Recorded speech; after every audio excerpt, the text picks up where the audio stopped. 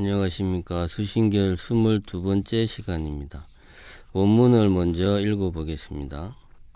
차 임리 다단이나 지여 일문하야 영여 환원하리니 여가 한문 아명 작조지 성마 왈문하노이다. 왈 여가 반문 여의 문성하라. 환유 허다 성마 왈도 저리하야는 일체성과 일체분별을 구 불가득이니이다. 왈 기재기재라. 차시 관음 임리 지문이니라. 악행 문의하노니 여도 도 저리하야 일체성과 일체분별을 총 불가득이라 하니 개 불가득인된 당 입마시하야 막시 후공마 왈 원래 불공하여 명명불면이이다. 왈 장마생이 시 불공지치요. 왈 용무 상무하라. 언지 불가급이니이다. 왈 차시 제불 제조의 수명이니 갱막의안이라. 해석을 하겠습니다. 진리에 들어가는 길은 많지만 그대에게 한 길을 가리켜서 원천으로 돌아가게 하겠다. 그대는 저 까마귀 우는 소리와 까치 지저귀는 소리를 듣는가? 예, 듣습니다. 그대는 듣는 성품을 돌이켜 들어보아라. 거기에도 많은 소리가 있는가? 거기에는 일체의 소리와 일체의 분별도 없습니다. 기특하고 기특하다. 이것이 바로 관음보살이 진리에 들어간 문이다. 내가 다시 그대에게 묻는다. 그대는 거기에 일체의 소리와 일체의 분별이 도무지 없다고 하였으니 과연 그렇다면 그것은 후공과 같지 않은가? 원래 공하지 않아서 밝고 밝아 어둡지 않습니다. 그러면 어떤 것이 공하지 않은 것의 본체인가? 형상이 없으므로 말로 표현할 수도 없습니다. 이것이 모든 부처님과 조사의 생명이니 다시는 의심하지 말라. 해설하겠습니다. 여기서는 반문 문자성을 설명하고 있습니다. 관세음보살은 이근원통으로 수행하였다고 합니다. 육근 중에서 하나의 근이 본원으로 돌아가면 6개의 근이 다 해탈을 이룬다 하는 의미에서 편백되지 않고 두루 통하는 원통이며 육근 중에서 소리를 듣는 이근을 닦는 수행이므로 이근 원통이라 합니다. 이근 원통 수행은 처음에는 소리에 집중하는 단계에서 그 다음에는 듣는 자성을 되돌리는 단계, 즉 반문 문성의 수행 단계로 접어드는 것입니다. 원호선사는 닭이 날개치는 소리를 듣고 깨달았고, 향음선사는 대나무가 부딪히는 소리에 견성했고, 서산대사는 대낮에 닭 우는 소리를 듣고 오도했다는 것이 모두 같은 맥락에 속합니다. 이 모든 분들이 실제 소리를 듣고 깨친 것이 아니라 듣는 성품 자체를 다시 되돌리는 반문 문성의 단계에서 깨달음을 얻은 것입니다. 이러한 반문 문성의 수행법은 후대로 내려오면서 연불시수, 즉 연불하는 것은 누구인가 라는 화두참선법으로 정착되었습니다. 연불시수, 이 화두를 어떻게 될 것인가에 대해서 허은스님은 이렇게 이야기하고 있습니다.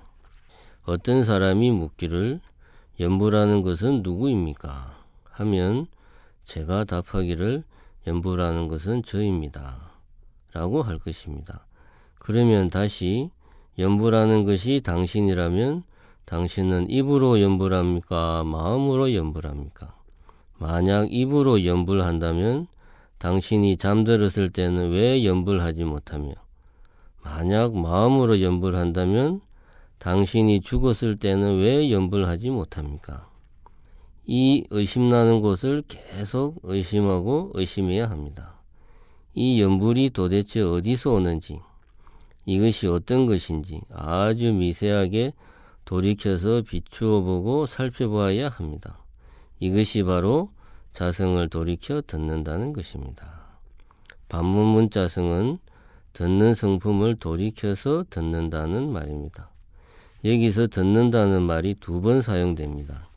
첫 번째에 듣는다는 듣는 성품에 듣는 것입니다. 이것은 우리가 흔히 알고 있는 귀로 듣는 것을 말합니다. 두 번째 듣는다는 것은 돌이켜서 들을 때 듣는 것입니다. 그것은 육신의 귀로 소리를 듣는 것이 아닙니다. 도대체 무엇이 이 소리를 듣고 있는 것일까 하는 의심이 들어서 그 의심이 머릿속에서 떠나지 않게 되면 도대체 이 의심하는 생각이 어디서 오는지 살피는 것입니다.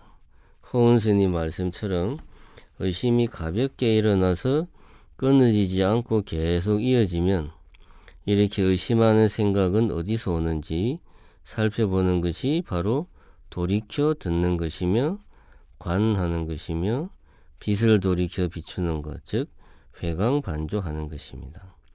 듣는 성품이 무엇인지 의심만 하는 것은 돌이켜 듣는 것이 아닙니다. 듣는 성품이 무엇인지 돌이켜 관하는 것이 아닙니다. 무엇인지 의심만 하면 삼매에 들 수는 있겠지만 깨달음에 이르지는 못합니다. 만약 하나의 생각에 마음을 집중한다고 해서 깨달음을 얻는다고 하면, 만약 그렇다면 무아지경일 정도로 놀이에 몰입한 아이들은 놀이를 통해서 깨달음에 이를 수도 있습니다. 아무 생각 없이 정신없이 드라마에 빠져들어도 역시 깨달을 수 있다는 논리와 다를 것이 없습니다.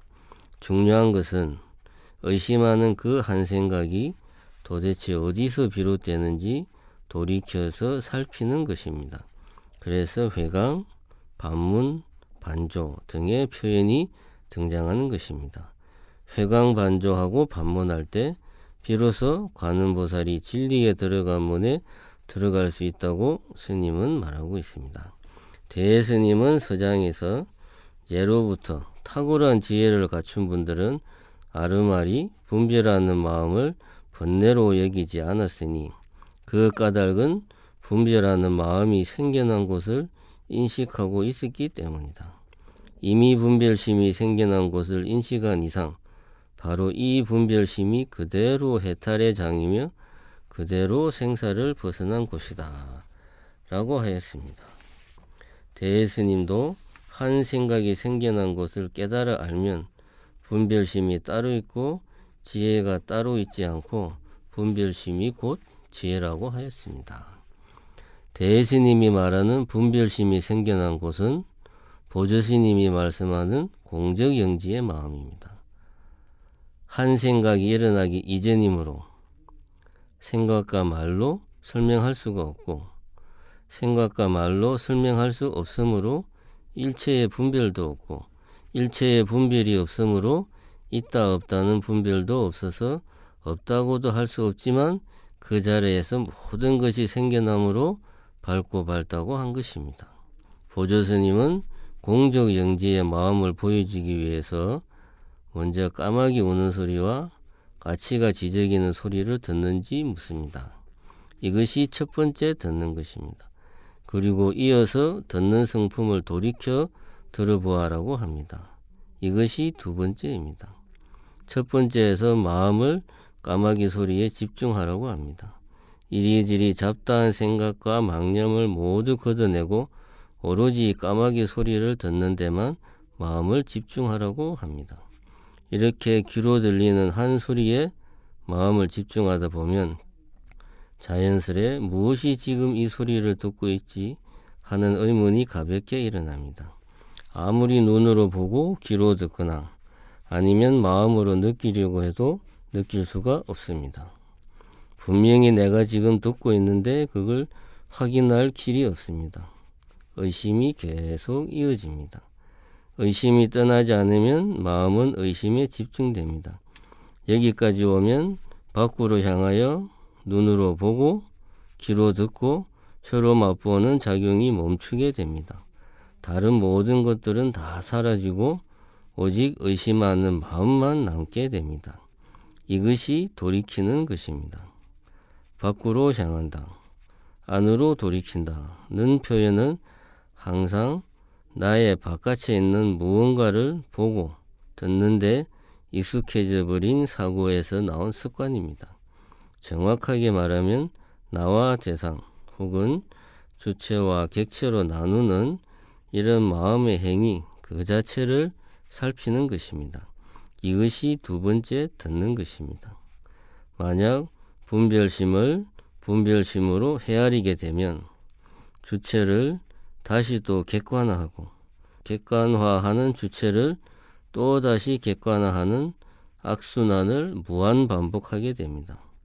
그러므로 분별심으로 따지지 않고 관하라고 하는 것입니다. 오늘은 반문 문자성에 대해서 알아보았습니다. 감사합니다.